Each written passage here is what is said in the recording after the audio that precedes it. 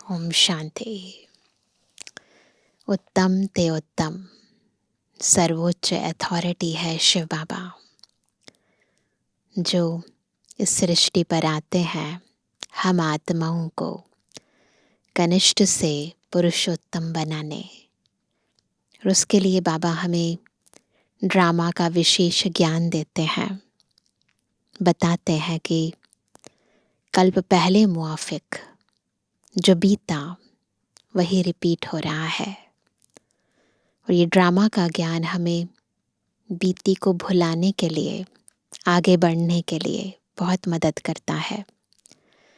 साथ ही बाबा हमें कर्मातीत बनने का, बाप समान बनने का, संपूर्ण और समान बनने का एक बहुत ऊंचा लक्ष्य देते हैं। इस लक्ष्य को सामने देखकर यदि हम अपने आंतरिक लक्षणों को बदलते हैं तो शीघ्र ही अपने मंजिल की ओर बढ़ते जाते हैं। आज की मुरली भी कैसे हमें ड्रामा के ज्ञान को यथार्थ समझकर अपने कर्मातीत स्थिति के समीप पहुंचना है, हमें बहुत यथार्थ रूप से गहराई से बता रही है। सुनते हैं प्यारे बाबा के मधुर महावाक्य। आज है 17 अगस्त 2026। बाबा के महावाक्य हैं, मीठे बच्चे, बाप और दादा की भी वंडरफुल कहानी है। बाप जब दादा में प्रवेश करे तब तुम ब्रह्मा कुमार कुमारी वर्षे के अधिकारी बनो। प्रश्न है, निश्चित ड्रामा को जानते हुए भी तुम बच्चों को कौन सा लक्ष्य अवश्य रखना है? उत्तर है, पुरुषार्थ कर गैलप करने का, अर्थात विनाश के पहले बाप की याद में रह कर्मातीत बनने का लक्ष्य अवश्य रखना है। कर्मातीत अर्थात आयरन एज्ड से गोल्डन एज्ड बनना। पुरुषार्थ का यही थोड़ा सा समय है, इसलिए विनाश के पहले अपनी अवस्था को अचल अडोल बनाना है। ओम शांति, ओम शांति। यह दोनों कौन कहते हैं? एक था बाबा, एक था दादा। स्टोरी सुना रहे बाबा, सुनेंगे ना सभी? कहानी सुनाते हैं ना। एक था राजा, एक थी रानी। अब यह फिर है नई बातें। एक बाबा, एक दादा। तुम कहेंगे 5000 वर्ष पहले भी एक था शिव बाबा, दूसरा था ब्रह्मा दादा। अब शिव के बच्चे तो सब हैं, सभी आत्माएं एक बाप की संतान है। वह तो है ही है। ब्रह्मा के बच्चे ब्राह्मण भी थे। प्रजापिता ब्रह्मा की संतान ब्रह्मा कुमार कुमारियां थे, पहले भी थे और अभी भी हैं। उन्हों को कौन पढ़ाते थे? कौन पढ़ाते थे, या यूं कहे कौन पढ़ा रहे हैं? शिव बाबा। प्रजापिता ब्रह्मा के यह ब्रह्मा कुमार कुमारियां ढेर बच्चे हैं ना। ब्रह्मा कुमार कुमारियां मानते हैं बरोबर हम शिव बाबा के बच्चे भी हैं, पोत्रे भी हैं। दोनों रिलेशन है। बच्चे तो हैं ही, अब पोत्रे बने हैं। ब्रह्मा द्वारा दादे से वर्षा लेने। तो पोत्रे किस लिए बने? वर्षा लेने के लिए। अभी तुमको दादे से वर्षा मिलता है, जिसको शिव बाबा कहते हैं। परंतु ब्रह्मा कुमार कुमारियां होने कारण उनको हम दादा कहते हैं। वर्षा दादे का है, ब्रह्मा दादा का नहीं। वैकुंठवासी बनने का वर्षा उस बाप से मिलता है। आधा कल्प वर्षा पाते हो, फिर तुमको श्राप मिलता है रावण से। नीचे उतरते आते हो, जैसे कि ग्रहचारी बैठती है नीचे उतरने की। अभी तुम बच्चे समझते हो, हमारी ग्रहचारी राहु की दशा पूरी हुई। राहु की दशा है सबसे बुरी। ऊंचते ऊंच बृहस्पति की दशा, फिर राहु की दशा बैठी तो 5 विकारों के कारण हम काले हो गए। आत्माओं के ऊपर सतयुग में बृहस्पति की दशा, फिर शुक्र की दशा, है ना। उसके बाद फिर राहु की दशा बैठ गई, आत्मा कामचिता पर काली हो गई। अब फिर बाप कहते हैं दे दान तो छूटे ग्रहण। राहु का ग्रहण लग गया तो क्या करेंगे? विकारों का दान देना पड़ेगा। है तुम्हारी बात। उन्होंने फिर सूर्य चंद्रमा का ग्रहण समझ लिया है। जब ग्रहण लगता है तो दान मांगते हैं।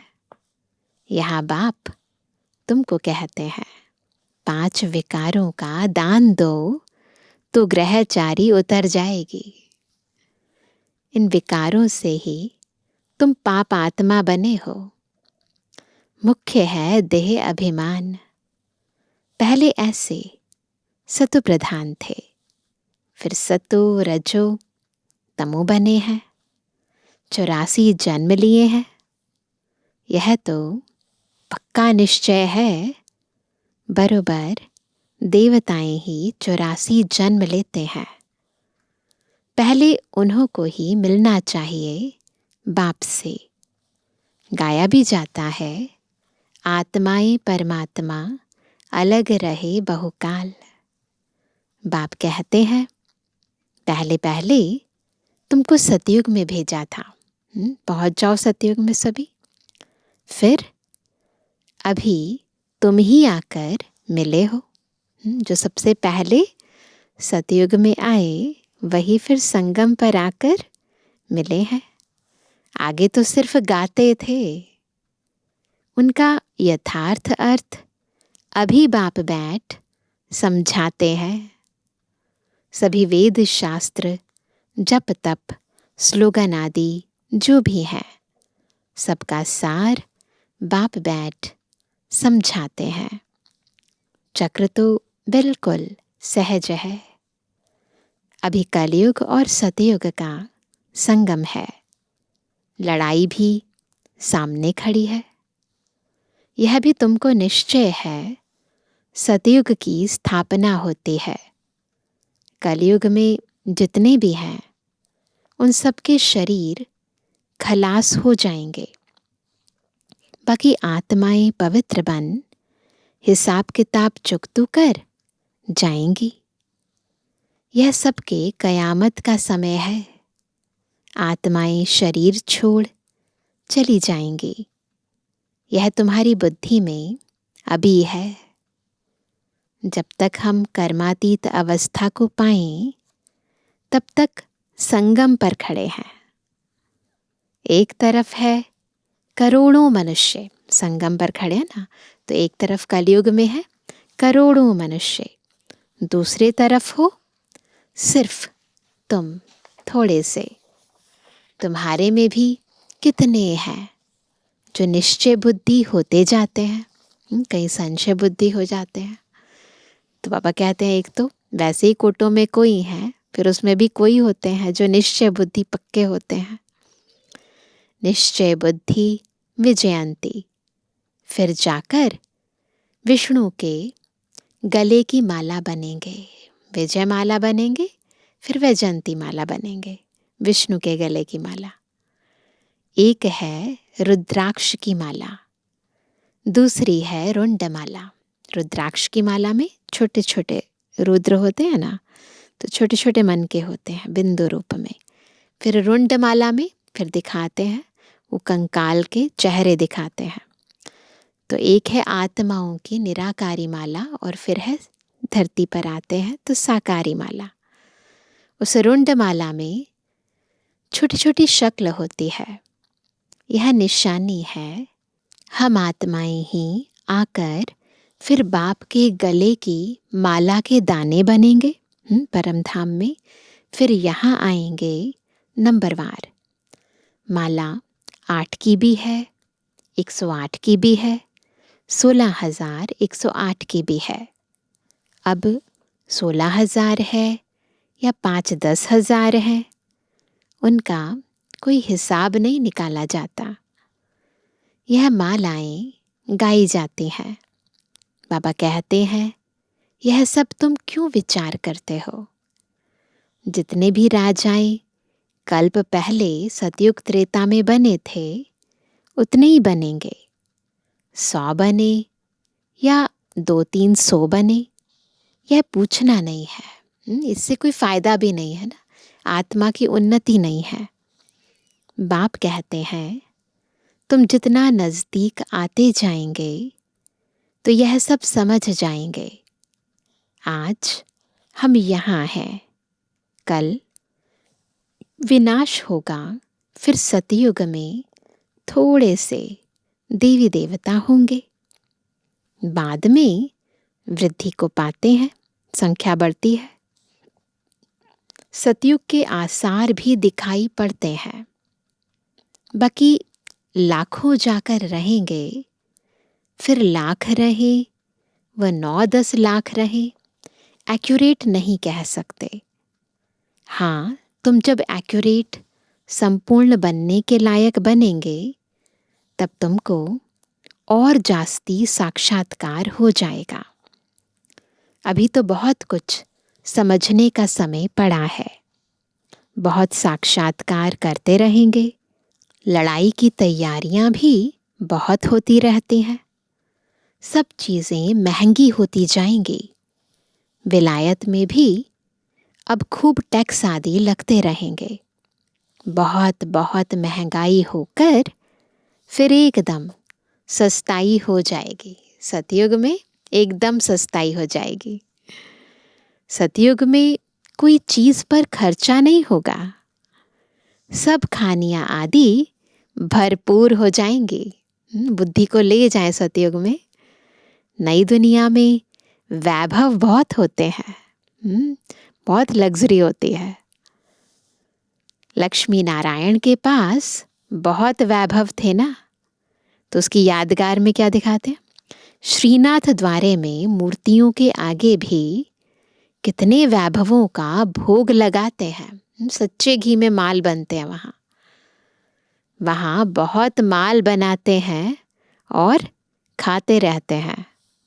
कहेंगे हम देवताओं को भोग चढ़ाते हैं, कहेंगे देवताओं को भोग नहीं लगाएंगे तो वह नाराज हो जाएंगे। अब इसमें नाराज होने की तो बात ही नहीं। तुम कोई पर नाराज नहीं होते हो, होते हैं? नहीं ना। बाबा ने कई बार कहा है ना, नाराज कौन होता है? जो ड्रामा के राज को नहीं जानता है वो नाराज होता है। जानते हो, ड्रामा अनुसार यह विनाश होना ही है। कलयुग से बदलकर सतयुग होगा। हम ड्रामा को समझते हैं कि ड्रामा अनुसार अभी नया चक्र शुरू होना है। तुम भी ड्रामा के वश हो। ड्रामा अनुसार बाप भी आया हुआ है।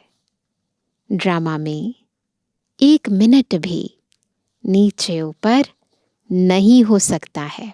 एक्यूरेट है ये घड़ी।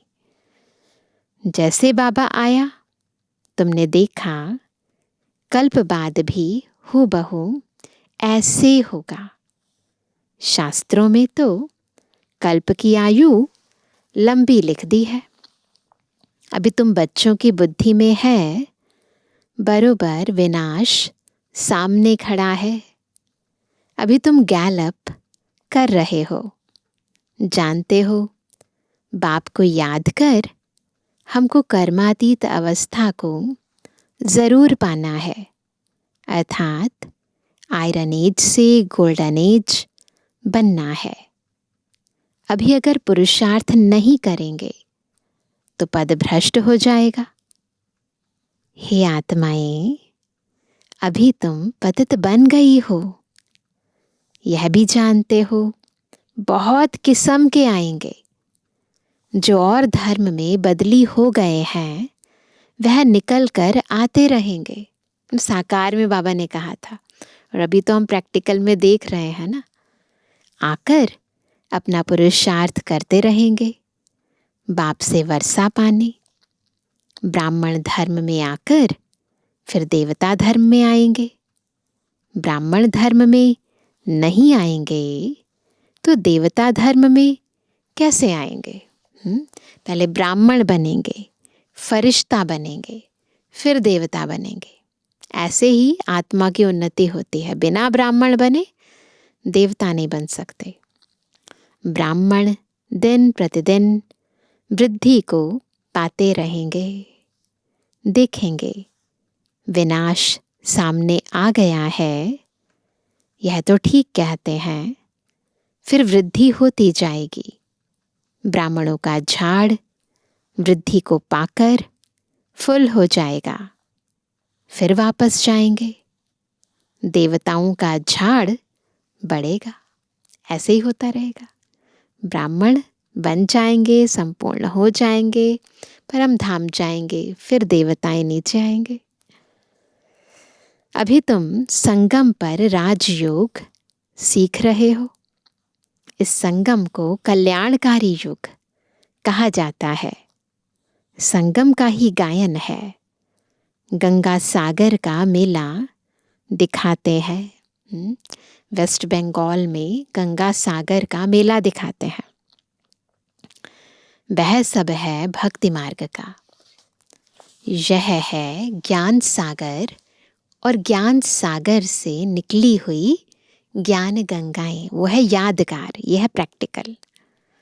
ज्ञान सागर से पतित पावन अक्षर लगता है। वह समझते हैं पतित पावनी गंगा है, और फिर गंगा में स्नान करते ही आते हैं। यह नदियां तो सतयुग से लेकर चलती आती हैं। आजकल तो नदियां भी कहाँ कहाँ डुबो देती हैं। आ जाती है ना बाढ़ बार बार। प्रकृति भी तमो प्रधान, सागर भी तमो प्रधान हो पड़ा है। सागर थोड़ी सी उछल खाएगा तो सब कुछ खलास कर देंगे। सतयुग में सिर्फ हम थोड़े ही भारत में रहते हैं, जमुना के कंठे पर। जनसंख्या ही थोड़ी सी होगी ना। दिल्ली पर स्थान थी, फिर बननी है। सतयुग में थोड़ी ही जीवात्माएं रहती हैं, फिर धीरे धीरे आते जाते हैं। परम धाम से नीचे धीरे धीरे आते जाते हैं। अभी है कलयुग का अंत। कितने ढेर मनुष्य हो गए हैं। बेहद का नाटक है, जिसको अच्छी रीति समझना है। भल कोई अपने को एक्टर समझते भी हैं, परंतु कल्प 5000 वर्ष का है, यह किसको भी पता नहीं है। कहाँ 84 जन्म, कहाँ 84 लाख। अभी तुम रोशनी में हो, यानी हमें ज्ञान पता चल गया है सारे सृष्टि के आदि मध्य अंत का, रचता और रचना का ज्ञान। तुमको बाप से वर्षा मिलता है। बाप कहते हैं मन मना भवा, मुझे याद करो। बाप को याद करना है। शिव भगवान वाच, भगवान की महिमा में और देवताओं की महिमा में बहुत फर्क है।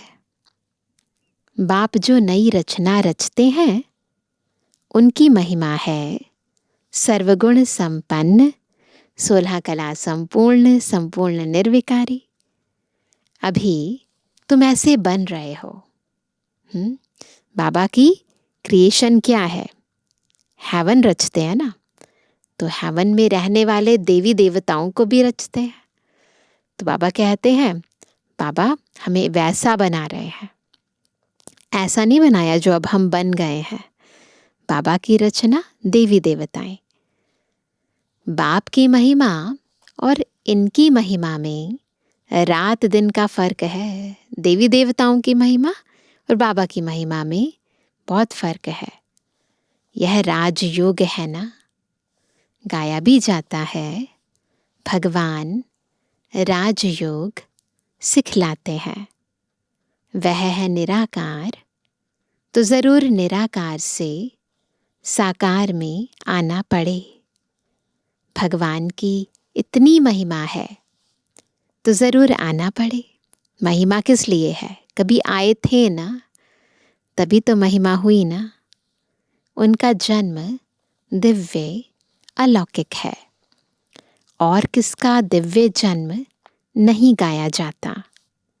यह भी बच्चों को समझाया है। एक होता है लौकिक बाप, दूसरा है पारलौकिक बाप, जिसको ही भगवान कह याद करते हैं, और तीसरा है अलौकिक बाप। यह फिर वंडरफुल बाप है। जब पारलौकिक बाप बच्चों को एडॉप्ट करते हैं तो बीच में यह अलौकिक आ जाता है। तो हम बाबा के बनते हैं, शिव बाबा के बनते हैं थ्रू ब्रह्मा बाबा। प्रजापिता ब्रह्मा के कितने ढेर बच्चे हैं। शिव बाबा आकर ब्रह्मा द्वारा तुमको अपना बनाते हैं। कितने ब्रह्मा कुमार कुमारियां बनते हैं। लौकिक बाप को तो करके 8-10 बच्चे होंगे। पुराने ज़माने में होते थे ना, आजकल तो 1 या 2 होते हैं, इससे ज़्यादा नहीं। अच्छा, शिव बाबा भी है पारलौकिक बाप, उनके तो अनेक बच्चे हैं। सारी दुनिया की सारी आत्माएं बाबा के बच्चे हैं। सभी आत्माएं कहती हैं हम सब ब्रदर्स हैं। अब इस संगम पर फिर अलौकिक बाप मिलता है। यह ज्ञान तुमको वहां नहीं रहेगा। प्रजापिता ब्रह्मा बाप मिलता ही तब है जबकि बाप आकर नई सृष्टि रचते हैं। तो यह अलौकिक जन्म हुआ ना, इनको कोई समझ नहीं सकते। वह लौकिक, वह पारलौकिक, और यह है संगम युगी अलौकिक बाप। लौकिक बाप तो सतयुग से लेकर होते आए हैं। पारलौकिक बाप को वहाँ कोई याद नहीं करते, सतयुग में याद नहीं करते। वहाँ होता ही है एक बाप, सतयुग में है एक बाप, है ना।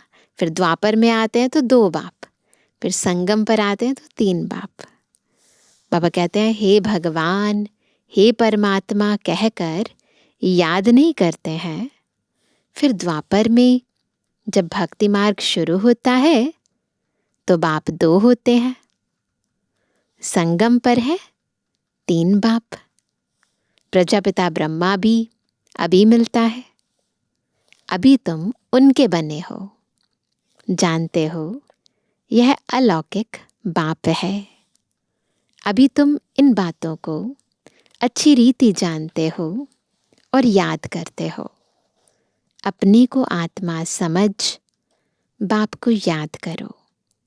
सतयुग में याद करने की दरकार ही नहीं। दुख में पारलौकिक बाप का सब सिमरण करते हैं। यह तो बिल्कुल सहज बात है। सतयुग त्रेता में 1 बाप होता है, द्वापर में 2 बाप होते हैं। इस समय तुम अलौकिक बाप के बच्चे बने हो, जिस द्वारा तुम वर्षा लेते हो। ब्रह्मा द्वारा वर्षा लेते हैं ना। तुम बच्चे ही ब्राह्मण बनते हो, जो फिर देवता बनेंगे। विनाश भी तुम्हारे को ही देखना है। जो तुम इन आँखों से देखेंगे बॉम्ब्स छोड़ेंगे। मनुष्य तो मरेंगे ना। जापान में भी बॉम्ब छोड़ा, देखा ना कैसे मनुष्य मरे। वो तो छोटा सा ट्रेलर था हिरोशिमा और नागासाकी का। तो बाबा कहते हैं अब यहाँ लड़ाइयाँ लगती रहती हैं। खुद भी कहते हैं हम तंग होते जाते हैं। ऐसा नहीं कि लड़ाइयाँ लड़ के बॉम्ब्स फेंक के खुश होते हैं, तंगी होते हैं। 10-10 वर्ष तक भी लड़ाई चलती रहती है। बॉम्ब्स में तो चपटी में यानी सेकंड में सब खलास हो जाएगा। चिंगारी लगती है तो शहर नष्ट हो जाते हैं। यह तो बॉम्ब्स है। आग भी लगनी है। चिंगारी से इतने नष्ट हो जाते हैं, बॉम्ब्स क्या करेंगे। तुम बच्चे जानते हो बाप आए ही हैं स्थापना और विनाश कराने। तो जरूर यह सब होगा। पुरुषार्थ करने का अभी समय है। माया घड़ी घड़ी तुम्हारा बुद्धि योग तोड़ देती है। अर्जुन तुम अडोल स्थिर कहाँ बने हो। कहते हैं बाबा माया के तूफान बहुत आते हैं। कोई तो सारे दिन में घंटा आधा भी याद नहीं करते हैं। पापा कंप्लेंट कर रहे हैं। बाप कहते हैं तुम कर्म योगी हो। 8 घंटा तो यह सेवा करेंगे। 8 घंटा याद कर सको इतना पुरुषार्थ करना है। याद करते रहने से विकर्म विनाश होते जाएंगे। इसको ही योग अग्नि कहा जाता है। यह है मेहनत। गृहस्थ व्यवहार में रहते हुए सिर्फ याद करना है। यह भी बाबा बतलाते हैं कि जिन्होंने गृहस्थ छोड़ा है, बच्चे बने हैं, वह भी इतना याद नहीं करते हैं। घर में रहने वाले और ही जास्ती याद करते हैं। तो बता रहे हैं जो घर में रहते हैं ना, वो ज़्यादा याद करते हैं। अर्जुन और भील का भी मिसाल देते हैं ना, वो आगे चला गया। एकलव्य और अर्जुन की कहानी बताते हैं ना। मेहनत है बाप को याद करना और चक्र को समझना है। महाभारत लड़ाई भी जरूर लगेगी। सतयुग में थोड़ी लगेगी। तो तुम बच्चों को अंधों की लाठी भी बनना है। सबको रास्ता बताना है कि बाप को याद करो, चक्र को याद करो, स्वदर्शन चक्रधारी बनो। अच्छा मीठे किसी के लिए जवानी बच्चों पितृवानी बाप दादा का दिल जान सको प्रेम से नंबरवार प्रसाद अनुसार यादगार और बुद्धवानी। रूहानी बच्चों की रूहानी बाप दादा को गुड मॉर्निंग। नमस्ते नमस्ते नमस्ते। धारणा के लिए मुख्य सार। पहला, कम से कम 8 घंटा याद में रहने का पुरुषार्थ करना है। अपनी अवस्था अचल अडोल रखने के लिए याद का अभ्यास बढ़ाना है। गफलत नहीं करनी है। दूसरा, यह ड्रामा बिल्कुल एक्यूरेट बना हुआ है, इसलिए किसी पर भी नाराज नहीं होना है। निश्चय बुद्धि बनना है। वरदान है तोड़ना, मोड़ना और जोड़ना।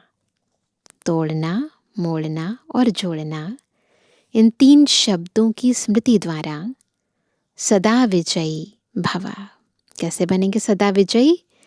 जब 3 शब्द याद रखेंगे। क्या? तोड़ना, मोड़ना और जोड़ना। सारी पढ़ाई और शिक्षाओं का सार यह 3 शब्द हैं। क्या? 1, कर्म बंधन तोड़ने हैं। दूसरा, अपने संस्कार स्वभाव को मोड़ना है। और तीसरा, एक बाप से सर्व संबंध जोड़ने हैं। यही 3 शब्द संपूर्ण विजयी बना देंगे। याद रहे क्या तोड़ना है, क्या मोड़ना है और किससे जोड़ना है। इसके लिए सदा यही स्मृति रहे कि जो भी इन नैनों से विनाशी चीज़ें देखते हैं वह सब विनाश हुई पड़ी हैं। उन्हें देखते भी अपने नए संबंध, नई सृष्टि को देखते रहो, तो कभी हार हो नहीं सकती। आज का स्लोगन है, योगी की निशानी है सदा क्लीन और क्लियर। क्या निशानी है योगी की? सदा क्लीन और क्लियर। आज का व्यक्त इशारा, अपवित्रता के बीज को भी समाप्त कर संपूर्ण स्वच्छ यानी पवित्र बनो। अगर ब्राह्मण जीवन में संकल्प में भी अपवित्रता व अमर्यादा आ जाती है तो तख्त नशीन के बजाय गिरती कला में अर्थात नीचे आ जाते हो। कोई विकर्म नहीं हुआ लेकिन व्यर्थ कर्म भी हुआ तो पश्चाताप के बजाय महसूसता की स्टेज होती है। महसूस होता है कि यह रॉन्ग है, नहीं होना चाहिए। वह बात कांटे के समान चुभती रहेगी। इसलिए इस व्यर्थ से भी मुक्त बनो। तो संकल्प में भी अपवित्रता या अमर्यादा न आए। अच्छा, ओम शांति।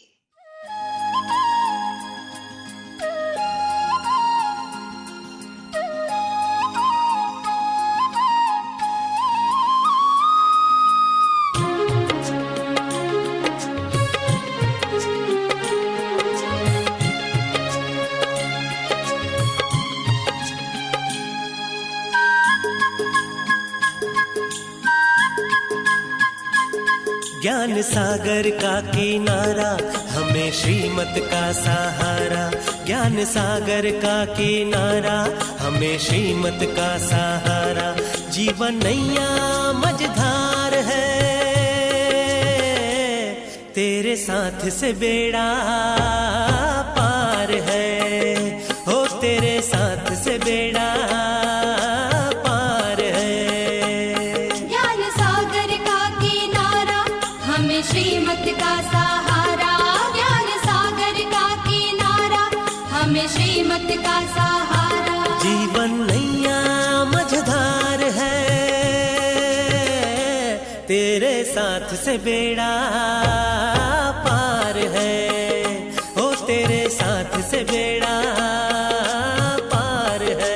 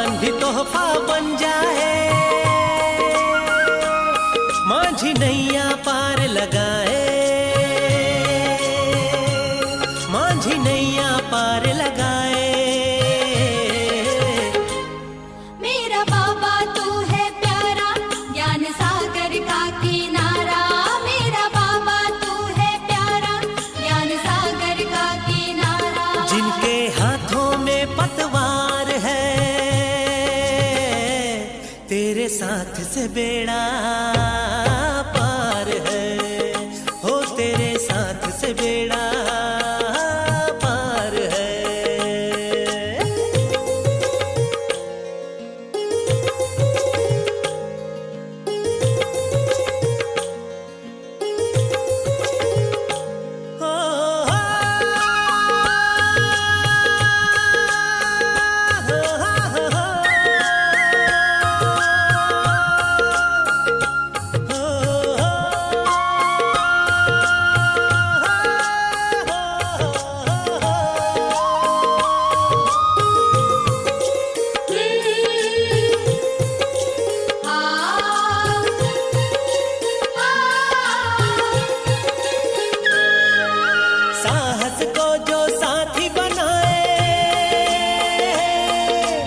उसे स्वयं मदद मिल जाए,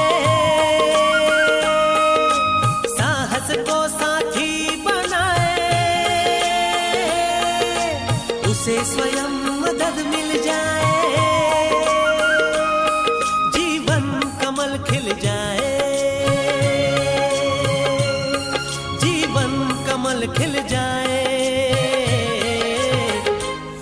मेरा बाबा तू है प्यारा, ज्ञान सागर का किनारा।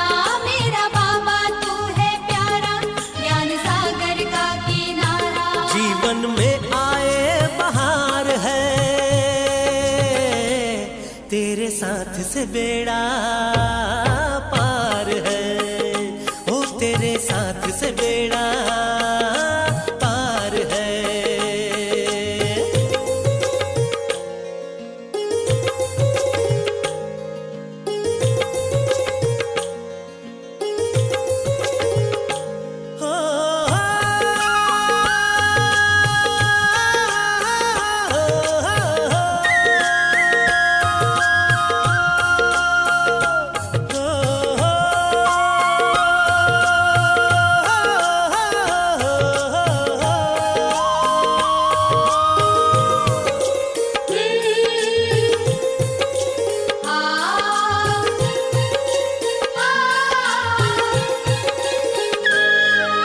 दिव्य बुद्धि जो अपनाए,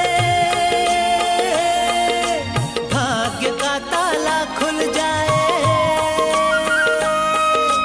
दिव्य बुद्धि जो अपनाए, भाग्य का ताला खुल जाए, जीवन दिव्य गुणों से सजाए, जीवन दिव्य गुणों से सजाए। मेरा बाबा तू है प्यारा, ज्ञान सागर का किनारा। मेरा बाबा तू है प्यारा, ज्ञान सागर का किनारा। जीवन नैया मझधार है, तेरे साथ से बेड़ा पार है, ओ तेरे साथ से बेड़ा पार है। ज्ञान सागर का किनारा, हमें श्रीमत का सहारा। ज्ञान सागर का किनारा, हमें श्रीमत का सहारा। जीवन नैया मझधार है, तेरे साथ से बेड़ा